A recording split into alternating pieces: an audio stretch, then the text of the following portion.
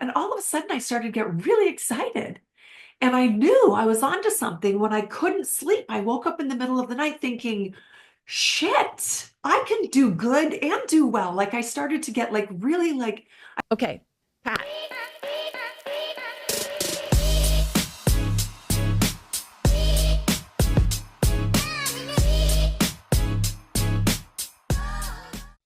22 years in commercial real estate, 12 years before that in luxury hotel sales and marketing with Four Seasons and with Fairmont, a 2-year stint trading futures on the floor of the Mercantile Exchange. Yes, I traded in the pits, right? That's like, this is the range that I have.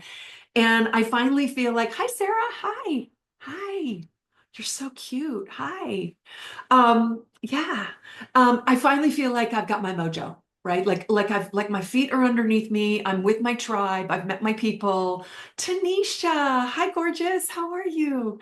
So this is the reason I do this, because I feel like Pace has set the bar really high, right? To give back. And I was like, I kind of struggled like, well, how do I give back? Because like I'm busy doing my deals. And the way that I give back is that I do like, I'm going to give an hour of my time. I'm going to answer any questions. I will tell you what worked and what didn't work. And so that's why I'm here. And here comes Riley too. So I really let you guys, hi Riley, hi, how are you? The Canadian connection's here. Riley, me and you. Um, I'm a Canadian. Riley's a Canadian. She's from Vancouver. Oh, you're Carmen, you're Canadian also, right? Awesome. Yeah, Uh, Bradford. I love it. We got the Canadian connection here. So here's what I'm going to do. I am going to let you guys kind of, if there's anything in particular that you want to talk about lending, I can answer. And I have a lot of experience around mindset because I didn't think I had any mindset issues. I came in here and I was like, I don't know, everybody else has mindset, not me. And then I realized, oh my God, I'm no different than everybody else. Garden variety sub two coming in thinking she didn't have any, mindset issues. So does anybody have any burning desires for me to like touch on anything specific or yeah, Susan. Yeah, so I've recently been going through a boot camp for purchasing an RV park. So my question is, they haven't really touched on it a whole lot yet. I've never had to find private money before. So what's like the first step to going about and doing that? Um, and I had a call with Matt Poachman about mindset and goal setting the other day. Oh, good. That's great. That's a good first step. Opening because I didn't realize that he's like, "What's your goal?" And I said, "To buy an RV park." He goes, "That's not the goal." I was like, "Oh, okay." It's not. Love it. Okay. Yeah. Well, okay, let me tell you what I did and let me tell you what worked. So I heard very early on, I heard Pace say, like, you should be looking for money before you need money. And I mistakenly, probably like many of you, like, well, I don't need money. Like, I'm all good. Who's gonna give me And money if I don't have anything to purchase? That's right, right. Or for like in my case, like I just was like, well, that just like it was weird. Like it felt kind of weird and I wasn't super comfortable with it. And then, I really had to just put it aside. So basically what I did was I started to make myself a really big target. So I talked a lot about what I was doing in the Facebook group and on my personal Facebook page.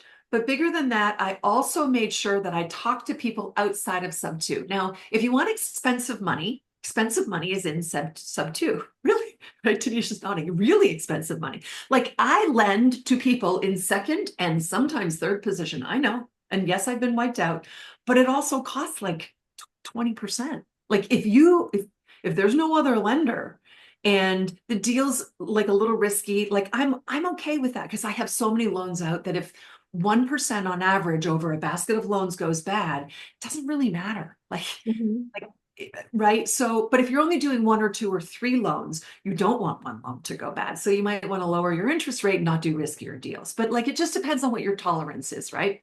Mhm. So, Susan, you have to make yourself a much bigger, I know you because I got to spend the day with you, right? I know, right? You're solid, you're married, right? I know you have a great, strong history and career. I know your intelligence level. I know you're buttoned up, but nobody Mhm. else does, I right? Because know. they don't know you. So let them know you. And the first thing that I would say is you want them to get inside your head. So share what's inside your head on the Facebook. Like, I don't know if you guys saw some of the things that I posted yesterday. I posted my KPIs for the last 2 months in land. I posted the entire thing. You can see the contracts, the amounts, like, because, Pace also says, like, you don't need to hide anything. Like, I don't have to black anything. Now, I don't usually put my LLC out there just to, like, I don't know. There's 15,000 people in the group. I don't want them to be able to, like, find me. But you can see the actual numbers. I want you to see them. I want you to see the volume, like, I want you to actually take that and be successful. So, like, for you, post, like, I've been looking at deals. I've been underwriting the deals. And here's what I've, over the last 10 deals, none of them have penciled out. And here's why. Like, show them how you think.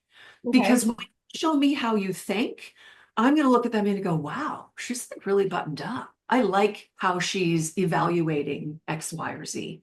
And it gives me a glimpse into the level and sophistication of your thinking, which is probably the level and sophistication of thinking you're going to bring to a deal.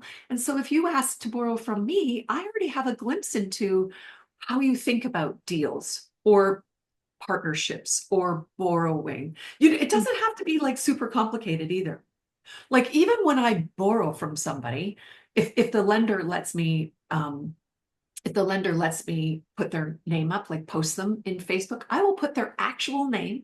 Now, they probably get bombarded after that. Like, thank you so much, Carmen, for lending to me. This was awesome, right? So Mhm. people can have, it's like social proof. And Carmen can say, Ria was an amazing borrower, Mhm. right? Like then people are like, and when I pay off, right? Paid off on time, Carmen, awesome. Thank you so much. Because people need to see that. Or Okay. shoot, title company didn't wire the money in time. I think I shared this. The title company missed wiring on the day that I had a loan due, and my documents said that I pay $100 for every day that they're late. And my girlfriend said to me, "Oh, don't, no, it's okay. You don't need to pay me." And I said, "Of course I do. Doesn't matter whose fault it was. Makes no difference. That's not what our loan documents say. If you don't get paid off at maturity, it's $100 a day until you're paid off. So here's your $100." And I Mhm. put that in the group as well because like we follow our contracts. So make yourself a big target. Let people know how you think, right? Who you are, what you're thinking of, right? Like tell them, like I'm married and my husband's just getting ready to retire. And we're on to our second chapter or our third chapter, whatever it is, right? Yeah. Yeah. And then I would also, Sue, I would talk about like your professional history.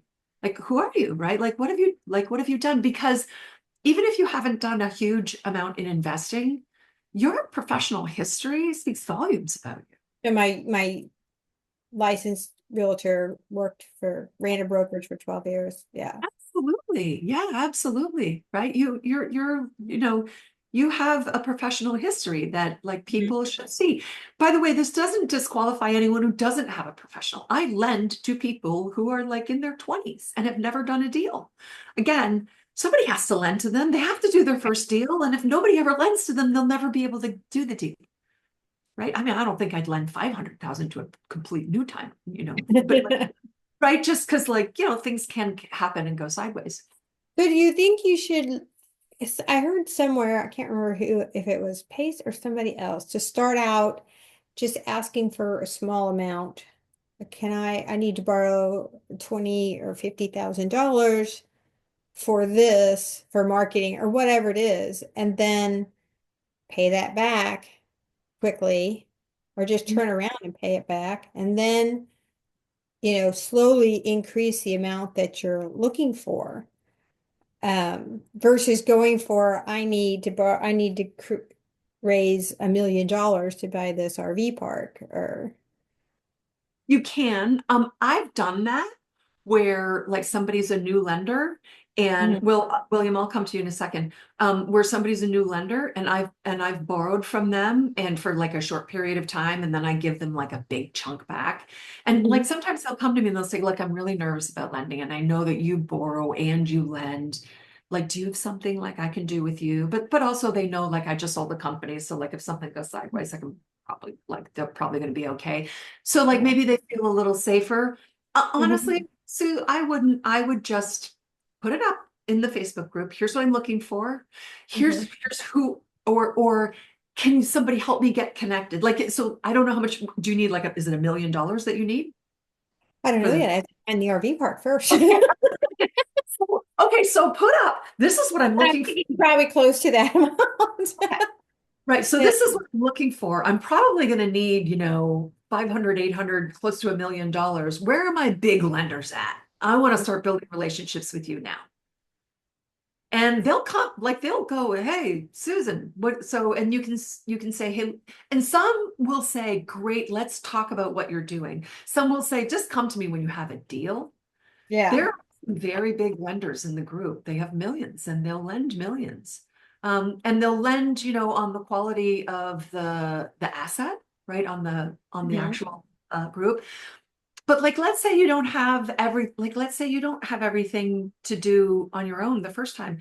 Just put a bunch of people in the operating agreement. Like, again, you want to make sure that these are the type of people that are super comfortable. Like I didn't.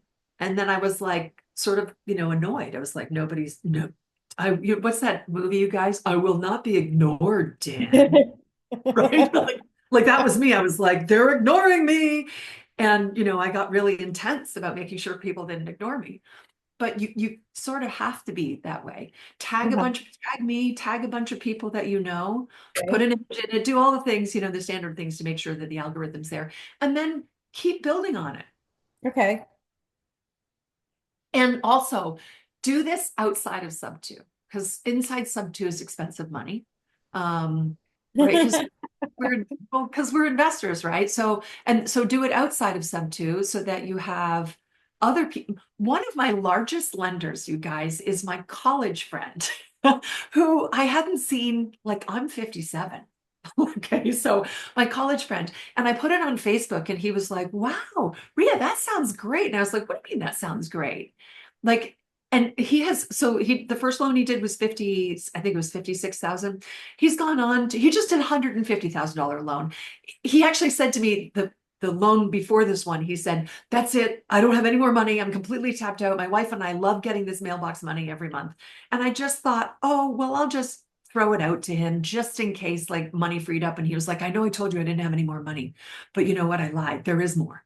And so he just did $150,000 loan for 12% for 1 year. Yeah. 12% 1 year, like, right? Yeah. Because he's not an investor, right? Susan, you want people who are not investors. They don't want to turn their money in 3 or 6 months and Mhm. make 20%. They want to be in it for a year or 2 years. And maybe you give them some of the cash flow, maybe you give them some of the equity, like how you can structure it. If it's just a straight loan, then it's a little bit different, but you got to be careful, right? Because then you got a loan like first position, second position, it's too hard. Maybe put them in an operating agreement all Okay. together in an operating agreement. But people Sounds they have to know who you are. okay. I'll work on that. Awesome. See you. William, I know you had a question. I see hands up, but William, you popped something in the question. I know you had a question, so I'm going to come to you next. Sorry about that. I didn't know how to raise my hand. I didn't see the little hand thing in there. Totally fine. No, totally fine. One of my problems is because me and my business partner started about October doing a lot of foreclosures and wholesaling as well. One of my biggest problems is especially on the foreclosure side, I'll get a deal and due to it being in foreclosure, like I see an exit strategy that would work as far as like developing the land and making multiple, barnos or lots on that land. But due to it being in foreclosure, I can't get a lender on it at all because a lot of the lenders don't like anything in foreclosure. So, is there a way around that obstacle that you know of, or is it just personal relationships with lenders? Well, I'll be honest with you, I don't do foreclosures, never done any foreclosure. Not because I like again, I would do them if they were if it was presented to me, because I'll kind of do anything. I'm like, oh, that looks Yeah. interesting. So I don't really know. I don't know what the, what I'm hearing is if it's in foreclosure, I think the risk is if something happens and somebody's lent on it, then it's foreclosed on. And right, like their loan's gonna be wiped out, or their partnership with you will be wiped out. So those are probably significantly riskier. Okay. Yeah, because I mean the last one we had was they had 9 acres. We helped them out of foreclosure, an elderly couple. They did a seller finance with a guy, and so he brought it to the attorney, and so it was going to the courthouse steps. I was trying to look for a lender on it because it was they owed $30,000 on arrears, but the lot itself was probably $150,000, like if it was sold on the market. Yep. Ended up finding a buyer for like 55K. So we Yep. made a little bit of an assignment. He got a killer deal. But my thing was is I wanted to develop it because there's a manufactured home on it that needed to be bulldozed and I wanted to put two on there. So, but due to the fact that, or even do like split it into four, half-acre lots and then put barn doors there, but Yep. I couldn't find a lender due to the fact that it was in foreclosure. So that's one of the questions. And I put it out there too with some Yep. some heavy hitters and sub too, but they again said, well, because it's foreclosure, we're not going to touch it. Yeah. So I have an idea. If you had something that delicious, like come to me. And what we'll do is we'll get them out of foreclosure, right? So we'll pay their arrears, then we buy it in cash. You own it. It's not in foreclosure. There's a difference. Oh, Tanisha's answering some things, you guys. You should look in that. Look. Oh, yeah, great. There's a difference though between pre-foreclosure and actually being in foreclosure. Very good point. Yeah, very good point. So I don't know, was it foreclosure or pre-foreclosure? No, it's pre-foreclosure. We stopped it from going to the foreclosure. We stopped it from being foreclosed on one day before. So we Okay. found a buyer.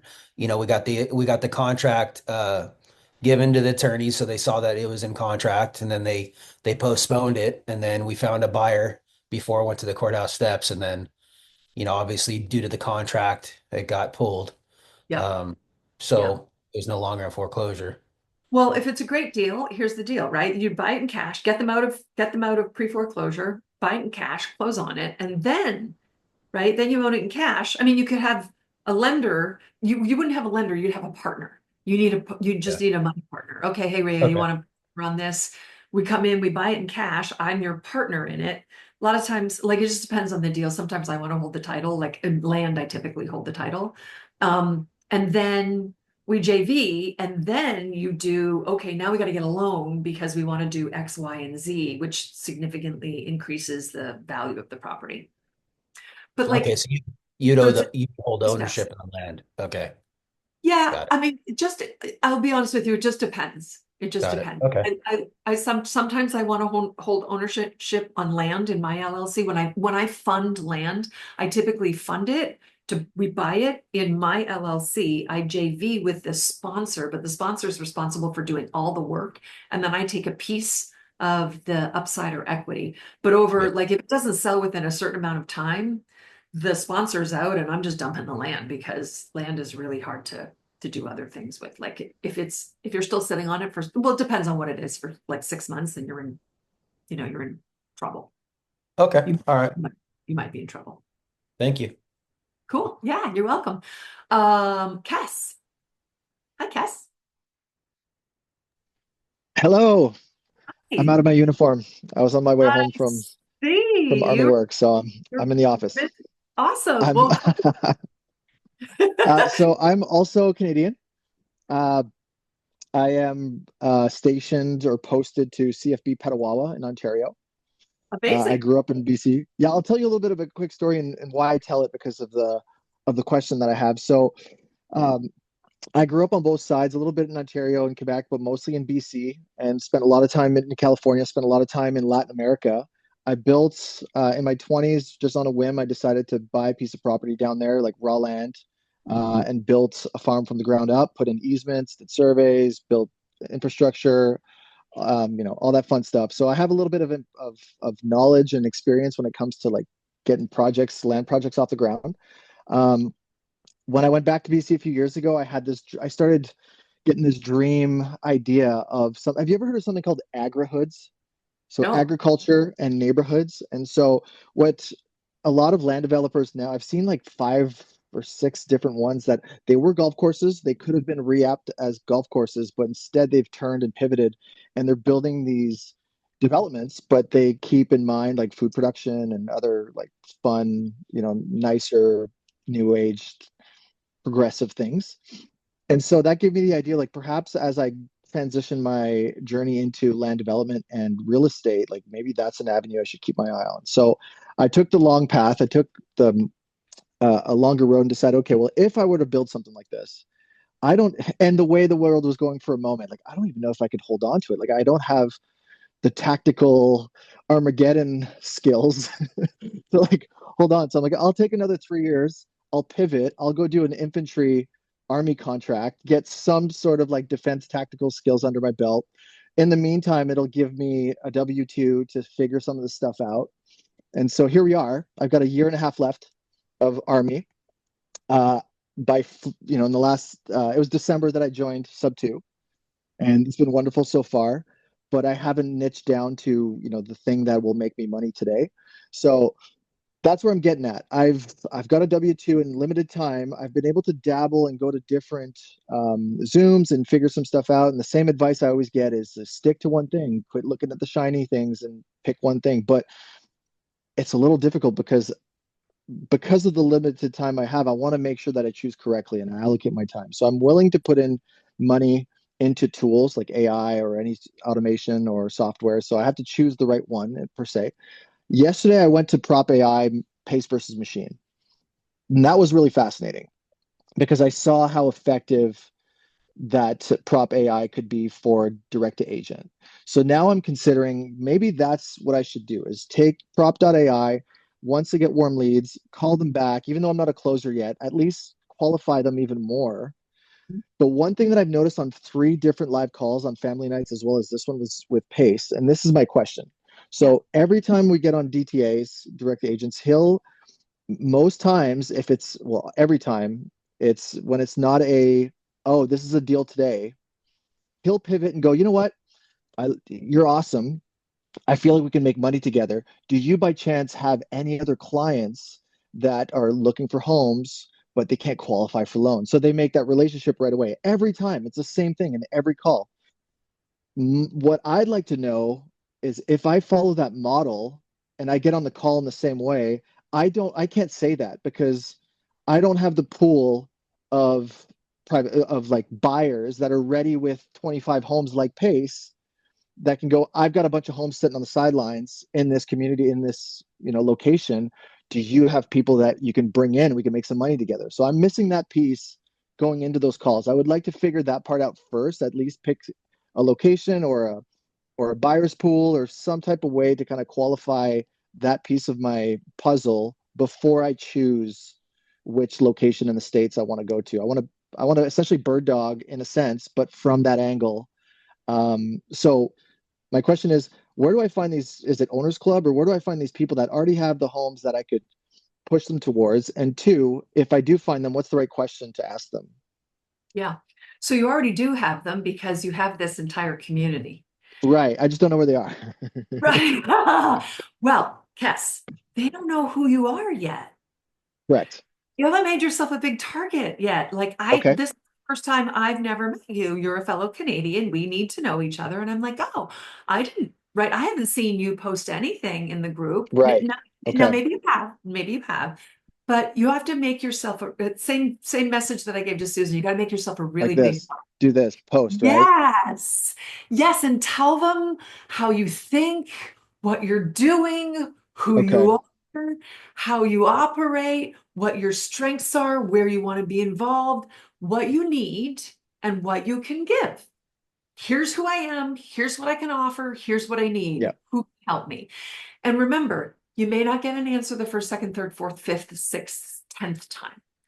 Don't give up, right? Because I said this at the beginning of the call, everybody ignored me and I was like, oh, I don't know, this community, I don't know what it was. Sure. Didn't know because they were like, who's the new girl who's asking for money randomly? She didn't build any relations. She doesn't know anyone. They didn't know that I was actually she takes action. once they see you taking action, you're doing things right. Oh, you're somebody who's taking action, watching, listening, showing up, putting your hand up, asking questions, trying to connect with people. So tell them what you're looking for, what you're good at, who you are, and how you operate. Cool. And say, look, I'm looking for people that have this. Who's out there?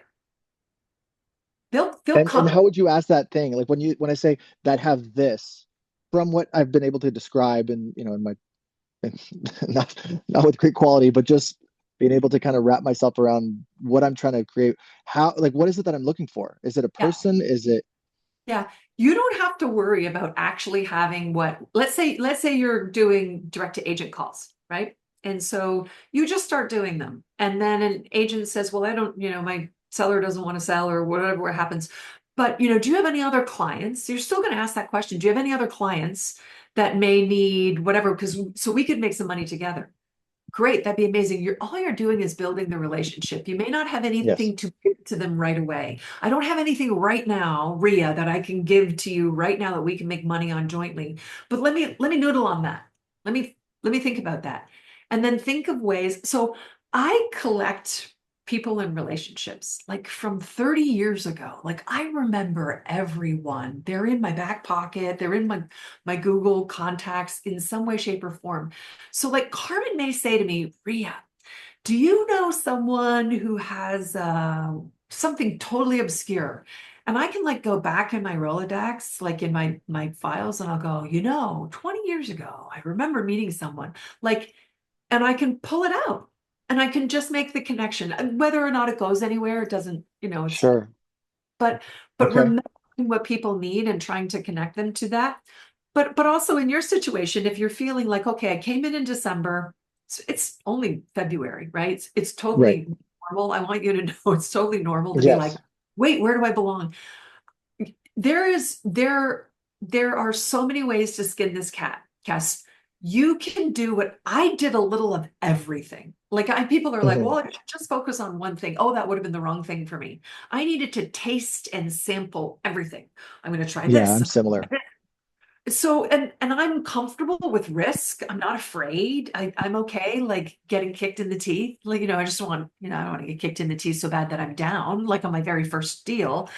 But like, I'm okay with that. So knowing if you're okay with that, you can taste and sample a whole bunch of different things and then go, oh, just recently.